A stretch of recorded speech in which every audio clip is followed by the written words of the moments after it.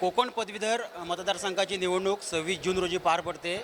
या मतदारसंघात भाजप विरुद्ध काँग्रेस अशी थेट लढत होताना आपल्याला पाहायला मिळणार आहे.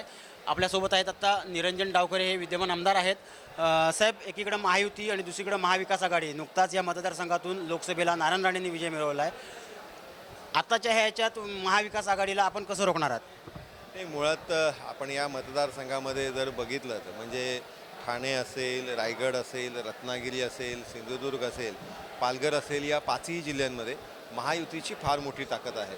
मध्ये भारतीय जनता पार्टीच्या कार्यकर्त्याची ताकद आहे, त्याचबरोबर शिवसेनेची ताकद आहे, त्याचबरोबर राष्ट्रवादीची ताकद आहे, त्याचबरोबर मनसेची फार मोठी ताकद आहे, RPIची ताकद आहे. महायुतीच्या सर्व घटक पक्षाची फार मोठी ताकद या पूर्ण मतदारसंघामध्ये आहे. त्याच्यामुळे महायुतीचा जो कार्यकर्ता आणि त्याचं जे संघटनात्मक कौशल्य आहे, त्याच्यामुळे या मतदारसंघामध्ये महायुतीलाच मोठं यश भेटेल. आज इथं पदाधिकारी आढावा बैठक पार पडली, परंतु या आढावा बैठकीला मनसेचे पदाधिकारी उपस्थित नव्हते. काय सांगाल त्यावर?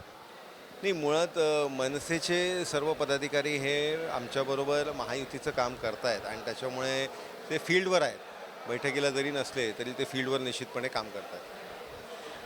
हे होते आमदार निरंजन डावखरे. आणि कोकणात महायुतीची फार मोठी ताकद आहे आणि त्या जोरावरच यावेळी देखील पदवीधर मतदारसंघात आपला विजय होईल असा त्यांनी दावा केला आहे. कॅमेरामन दीपक मोहितेसह प्रशांत पवार, टाइम्स डिजिटल, रत्नागिरी.